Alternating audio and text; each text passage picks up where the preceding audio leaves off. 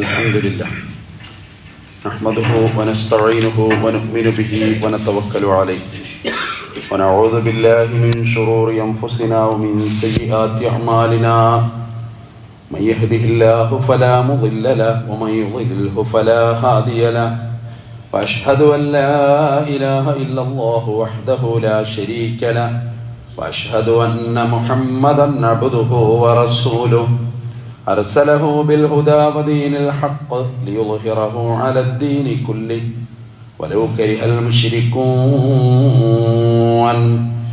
اللهم صل على محمد وعلى آل محمد كما صليت على إبراهيم وعلى آل إبراهيم اللهم بارك على محمد وعلى آل محمد كما باركت على إبراهيم وعلى آل إبراهيم إنك حميد مجيد أما بعد فإن خير الحديث كتاب الله وخير الهدي هدي محمد صلى الله عليه وسلم وشر الأمور محدثاتها وكل محدثة بدعة وكل بدعة ضلالة أيها الإخوان والأخوات أوصيكم وإياي أولا بتقوى الله يا أيها الذين آمنوا اتقوا الله حق تقاته ولا تموتن إلا وأنتم مسلمون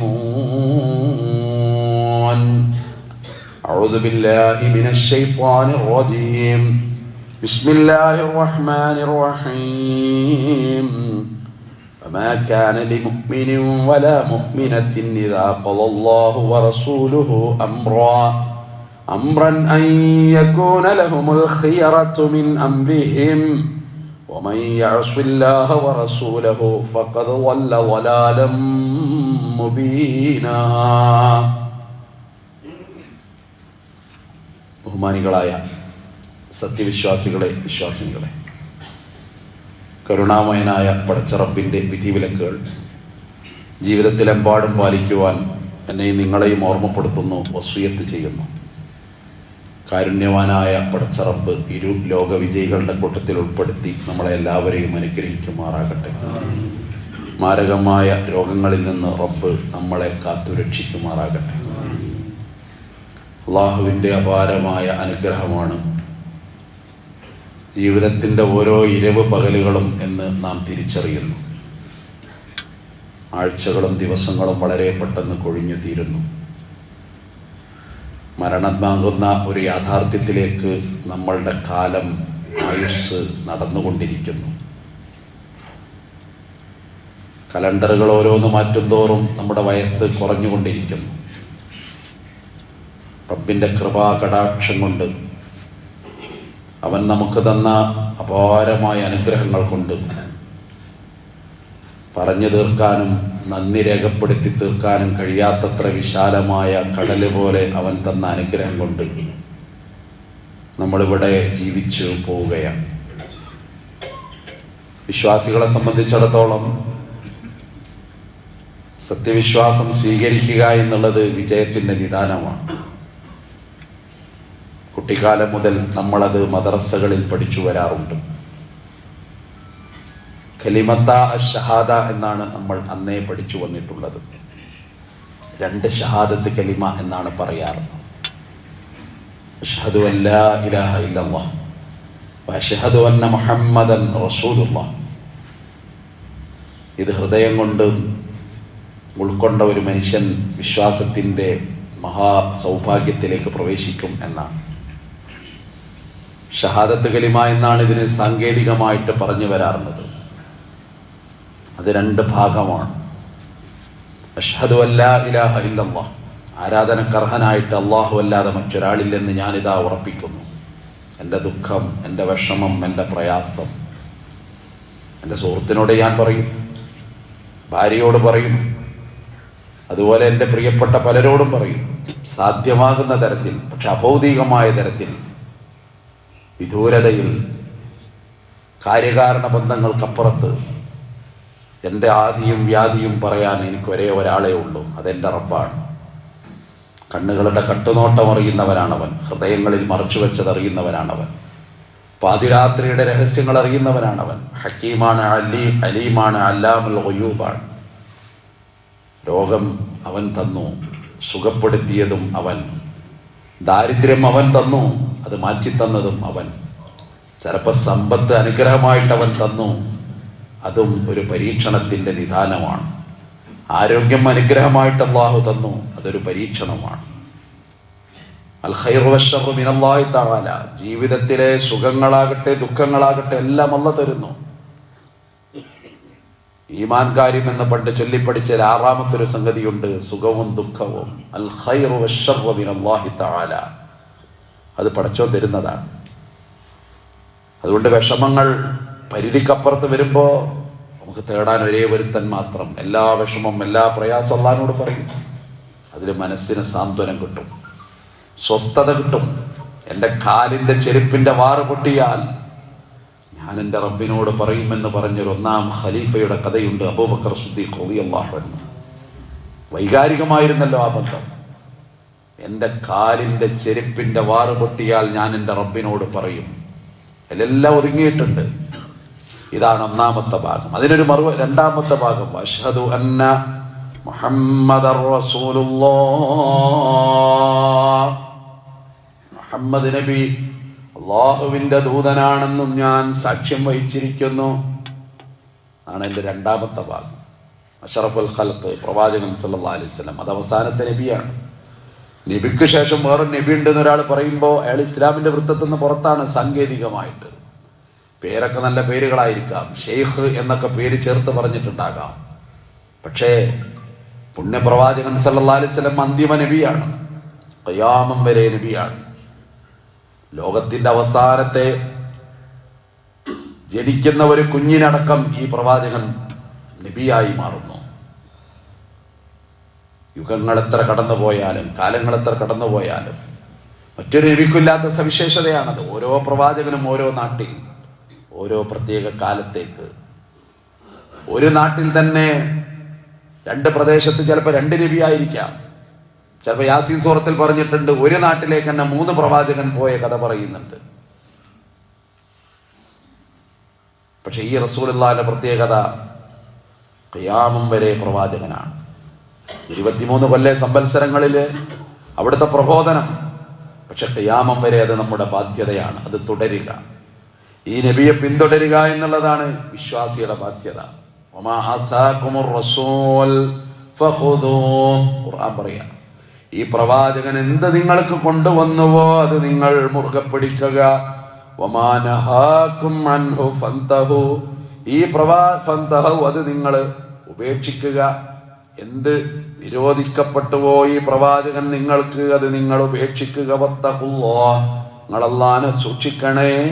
ഇന്നല്ലാഹ ശദീദുൽ ഇഖാബ്, അല്ലാഹുവിന്റെ ശിക്ഷ കഠിനമാണ്. അതുകൊണ്ടാണ് ഈ പ്രവാചകൻ സല്ലല്ലാഹു അലൈഹി വസല്ലം എന്താണോ ഒരു കാര്യത്തിൽ തീരുമാനമെടുത്ത് നമ്മളോട് പറയുന്നത് അതങ്ങനെ തന്നെ. കാരണം നബിയെ പറ്റി ഖുർആൻ പറഞ്ഞൊരു വാക്കാണ്, വമാ യൻതിഖു അനിൽ ഹവാ ഇൻ ഹുവ ഇല്ലാ വഹ്യു യൂഹാ. വഹയിന്റെ അടിസ്ഥാനത്തിലാണ് നബി മൊഴിഞ്ഞിട്ടുള്ളത്, സ്വന്തം അഭിപ്രായങ്ങളല്ല. ജിബ്രീൽ വന്ന് പറഞ്ഞു കൊടുത്തതാണ്, അത് ജനതക്ക് കൈമാറ്റം നടത്തിയതാണ്. വമാ കാന ലിമുഅ്മിനിൻ വലാ മുഅ്മിന, അഹ്സാബ് സൂറത്തിലെ 36-ാമത്തെ ആയത്ത് ഓതി കേൾപ്പിച്ചത്. ഒരു വിശ്വാസിക്ക് പാടില്ല, ഒരു വിശ്വാസിനിക്ക് പാടില്ല. ഇദാ ഖളല്ലാഹ്, അല്ലാഹു ഒരു കാര്യത്തിൽ വിധി പറഞ്ഞാൽ, അല്ലാഹ് മാത്രല്ല വറസൂലുഹു, അവന്റെ പ്രവാചകനും അംറൻ, ഒരു കാര്യം വിധിച്ചാൽ, അയ്യകൂന ലഹുമുൽ ഖിയറതു മിൻ അംരിഹിം, അവരുടെ ആ കാര്യത്തിൽ പിന്നെ അവർക്ക് സ്വതന്ത്രമായ ഒരു നിലപാട് അവർക്ക് അനുവദനീയമല്ല. അടിവരടേണ്ട വാക്കാണ്. സ്വതന്ത്ര ചിന്തയുടെ കാലമാണ്. അന്ധമായിട്ട് ഞങ്ങൾ പ്രവാചകനെ പോലെ അനുകരിക്കൂല, പറഞ്ഞത് നല്ലതാണ് ഞങ്ങൾ അംഗീകരിക്കും, അങ്ങനെയൊക്കെ ചില ആളുകൾ പറയുന്ന കാലം. അവിടെയാണ് ദീൻ എന്താന്ന് പറയാണ്. വിശ്വാസിക്ക് അതുപോലെ വിശ്വാസിനിക്ക് അല്ലാഹു ഒരു കാര്യത്തിൽ പറഞ്ഞ തീരുമാനം, അവന്റെ പ്രവാചകൻ ഒരു കാര്യത്തിൽ പറഞ്ഞ തീരുമാനം, അത് അന്തിമമാകണം. അതിൽ പിന്നെ സംശയം വേണ്ട. പുരുഷന് സ്വർണം ഉപയോഗിക്കാൻ പാടില്ല എന്ന് റസൂലുള്ള പറഞ്ഞാൽ എന്താ പോകേണ്ട ഒരു കുഴപ്പം എന്ന് നമ്മളെ ചിന്തയിൽ വരാൻ പാടില്ല. ഞെരിയാണിക്ക് താഴെ വസ്ത്രം ഇറങ്ങരുത് എന്ന് പുണ്യപ്രവാചകൻ പറഞ്ഞിട്ടുണ്ടെങ്കിൽ എന്താ അതിലൊരു കുഴപ്പം എന്ന് നമുക്ക് തോന്നാൻ പാടില്ല.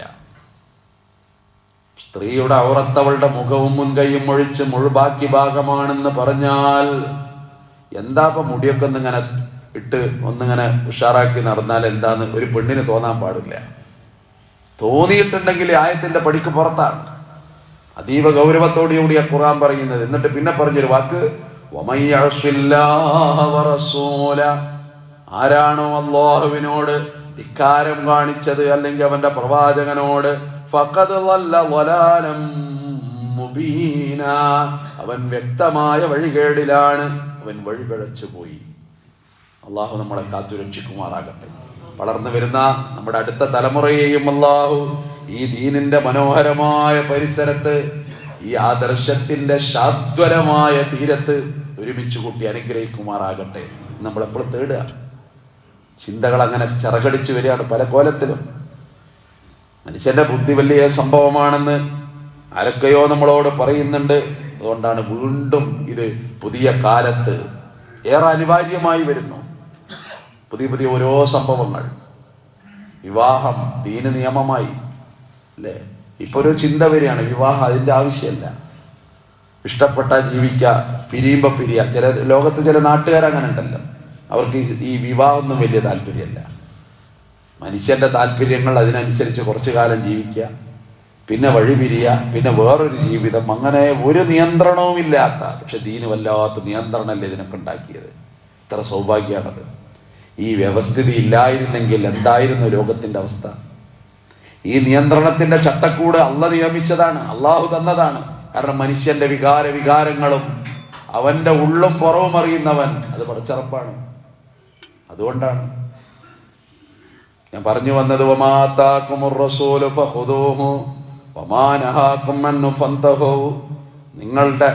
നിങ്ങൾക്ക് അല്ലാഹു എന്താണോ അവന്റെ പ്രവാചകൻ നിങ്ങളോട് കൽപ്പിച്ചത് അത് നിങ്ങൾ മുറുകെ പിടിക്കുക. സുന്നത്ത് എന്ന് സാങ്കേതികമായിട്ട് നമ്മൾ പറഞ്ഞു വരാറുണ്ട്. അത് ഇതാണ്, ഇത് മൂന്നും സുന്നത്താണ്. പ്രവാചക ചര്യ എന്ന് പറയാം. അവിടുത്തെ വാക്ക്, അവിടുത്തെ പ്രവൃത്തി, അവിടുത്തെ അനുവാദം. ഹദീസുകളിൽ ഒരുപാട് സംഭവങ്ങൾ അങ്ങനെ കാണാം. വാക്ക്, റസൂലുള്ളാഹിന്റെ വാക്ക്, അത് സുന്നത്താ. അത് നമ്മളെ ജീവിതത്തിന്റെ ഭാഗമാക്കണം. കൃത്യമായിട്ട് അവിടെ നമ്മളോട് പറഞ്ഞത്, അസ്രിഉ ബിജനാഇസിക്കും, നിങ്ങൾ വളരെ വേഗത്തിൽ മയ്യത്ത് കൊണ്ടുപോകണം. സമുദായം പഠിക്കേണ്ട ഒരു വിഷയമല്ലേ അത്? ഒരു മരിച്ചാല് അല്ലേ ചെറിയ ദിവസം വെക്കും ചിലപ്പോ. അല്ലെ ഈ മകൻ പറയും ഞാൻ വന്നിട്ട് എടുത്താൽ മതി എന്ന് പറയും. അവന് ടിക്കറ്റാണ് കിട്ടിയതുമില്ല.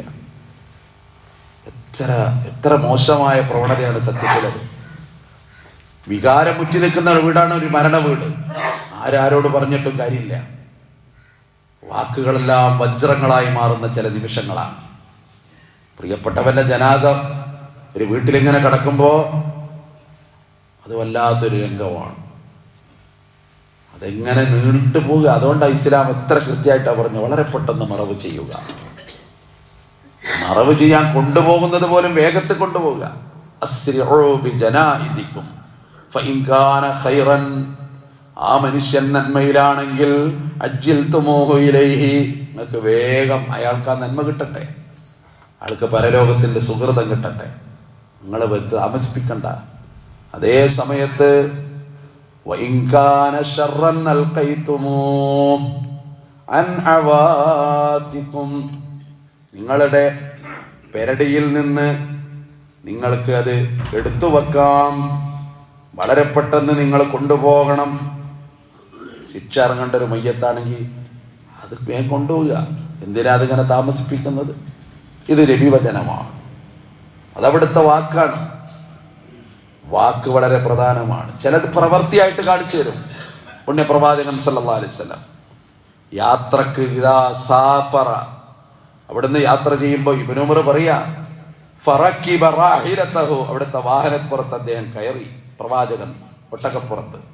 കബ്ബറ സലാസൻ, 3 തവണ തക്ബീർ ചൊല്ലി.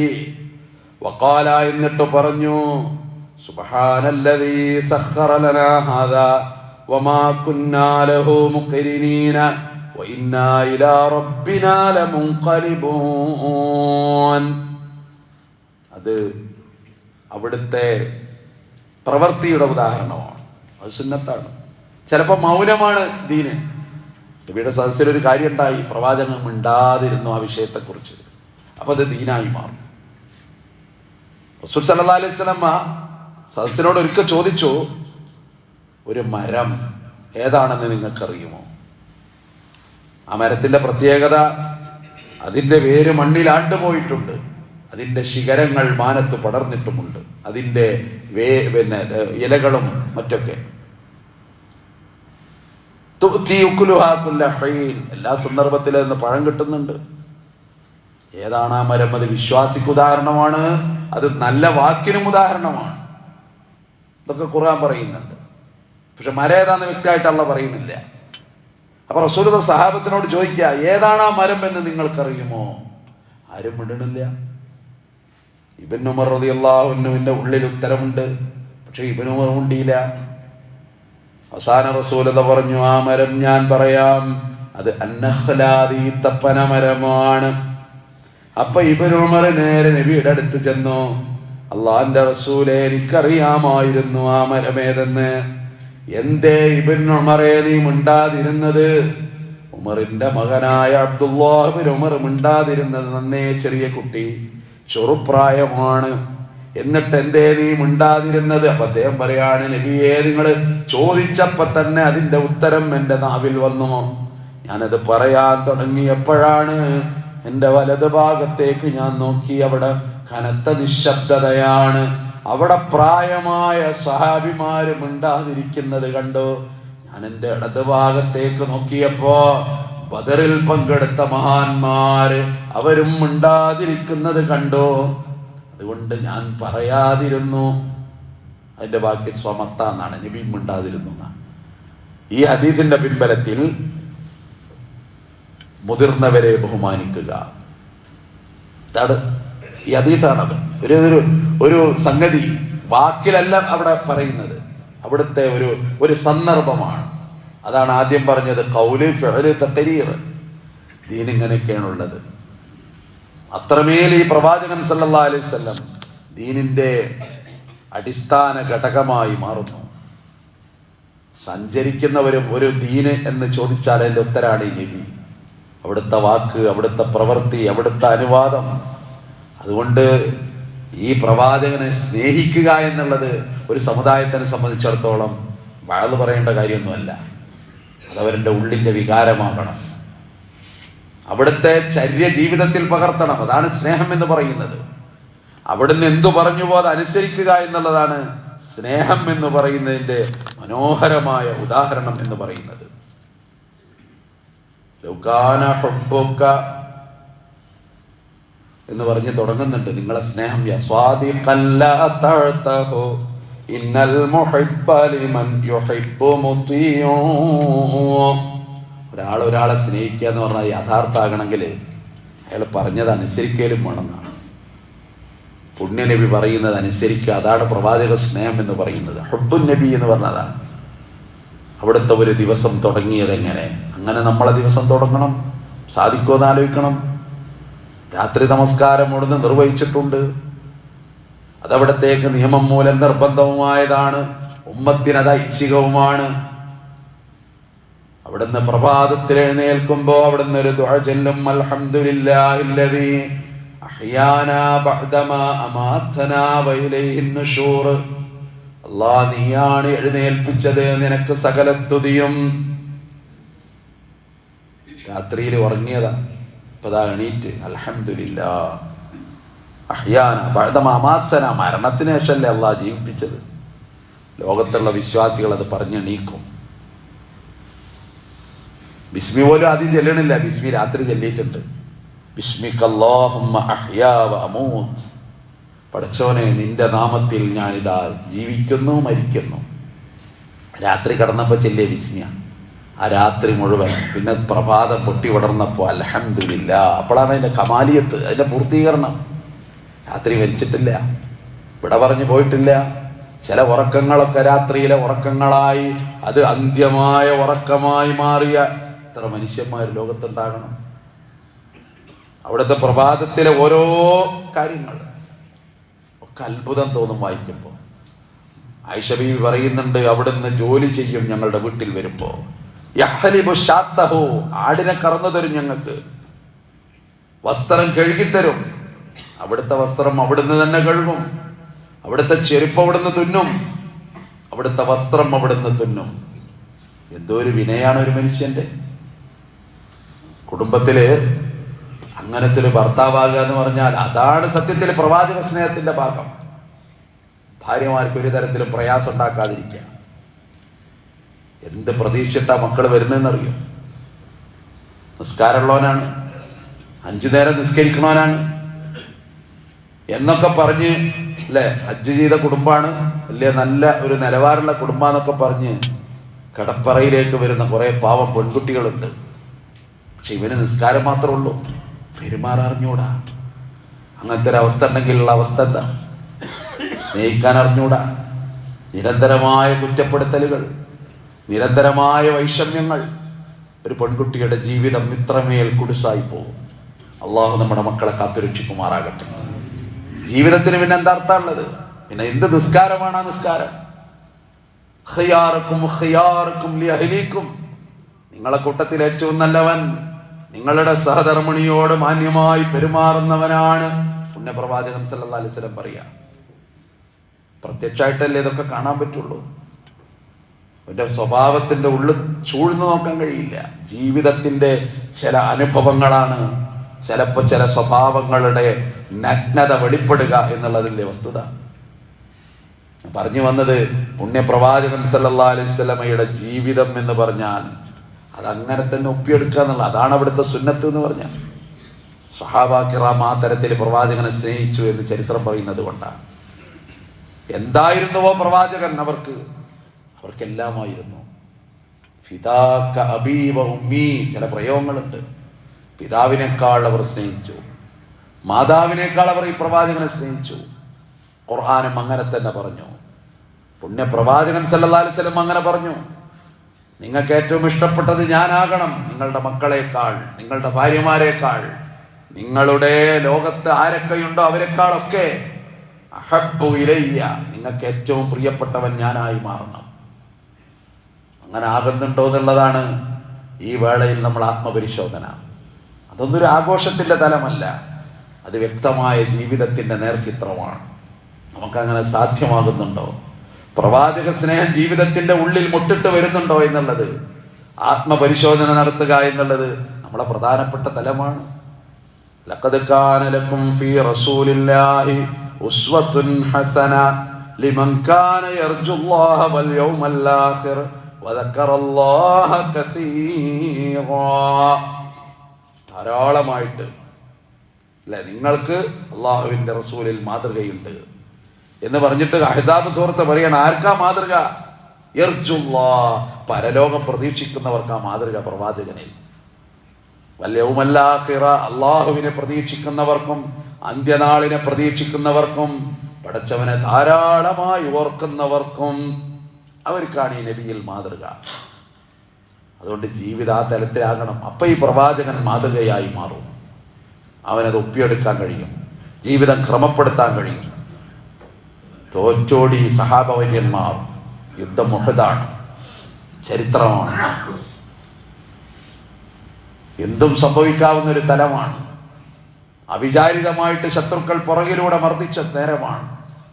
ചിതറിയോടി പ്രിയപ്പെട്ട അനുയായികൾ തോറ്റുപോയി എന്ന് തോന്നിയ നേരത്ത് ഈ പ്രവാചകനെ സംരക്ഷിക്കുന്ന ഒരു സഹാബിയുടെ നാമമുണ്ട് ചരിത്രത്തിൽ, തൽഹത്ത് ബിൻ ഉബൈദില്ല.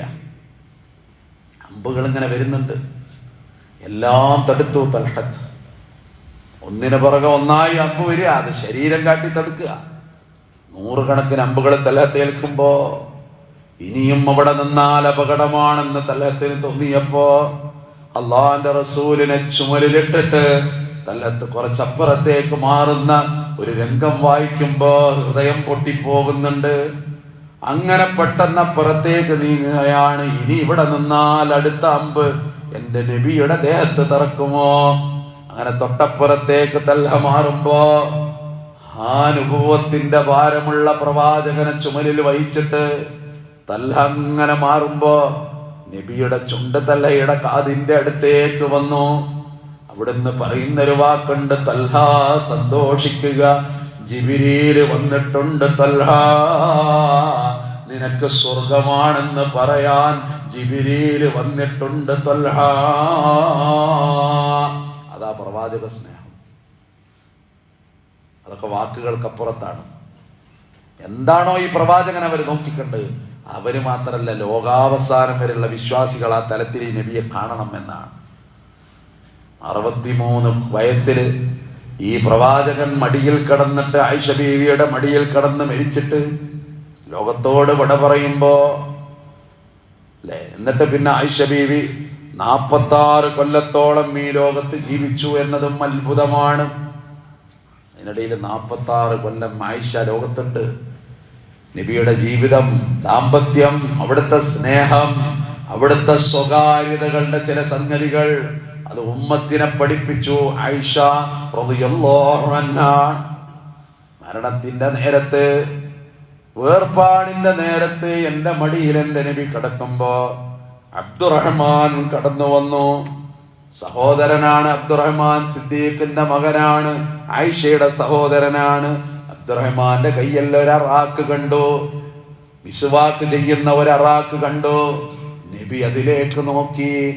ആ നോട്ടത്തിൽ എന്റെ നബിയുടെ മനസ്സ് ഞാൻ വായിച്ചെടുത്തു. അതാ ദാമ്പത്യം. വായിച്ചെടുത്തു. ഞാൻ ആ അറാക്ക് വാങ്ങി പല്ല് തേക്കണം എന്നവിടത്തേക്ക് മോഹമുണ്ട്. മരിക്കുന്ന നേരമാണ്. ഞാൻ ആ അറാക്കെടുത്തിട്ട് എന്റെ നബിയുടെ പല്ലിങ്ങനെ തേക്കാൻ തുടങ്ങി. അവിടുന്ന് അസ്വാസ്ഥ്യം കാണിക്കുന്നു. അപ്പൊ എനിക്ക് ബോധ്യമായതിന്റെ ഫലം, അത് നബിക്ക് വേദന തോന്നുന്നുണ്ട്. ഞാൻ അത് കടിച്ചു, എന്നിട്ടത് മയപ്പെടുത്തി, എന്റെ ഉമിനീര് പുലർന്നു അതിൽ. എന്നിട്ട് ഞാൻ നബിക്കിങ്ങനെ അത് തേച്ചു കൊടുത്തു. എന്റെ ഉമിനീരും എന്റെ നബിയുടെ ഉമിനീരും ഒന്നിച്ചു ചേർന്ന ആ ഒരു രംഗം അടുത്ത നിമിഷത്തിൽ പിന്നെ ഞാൻ കേട്ടത്, യാ റബ്ബ് ഇല റഫീഖിൽ അഅ്ലാ, റബ്ബേ ഉന്നതമായ സവിധത്തിലേക്കെന്ന് പറഞ്ഞിട്ട് റസൂലുള്ളാഹി ലോകത്തോട് വിട പറയുകയാണ്. ആണ് പ്രവാചക സ്നേഹം എന്ന് പറഞ്ഞ ആ തലത്തിൽ ഉൾക്കൊള്ളാൻ, കാര്യങ്ങൾ മനസ്സിലാക്കാൻ, ജീവിതം അതിനനുസൃതമായി അനുധാവനം ചെയ്യാൻ, ഇസ്ലാമിനെ 100% അംഗീകരിക്കാൻ, എല്ലാ നിയമങ്ങളും നമ്മുടെ വിജയത്തിന് വേണ്ടിയാണ് എന്ന് ബോധ്യമുണ്ടാകാൻ നമുക്ക് സാധ്യമാകണം.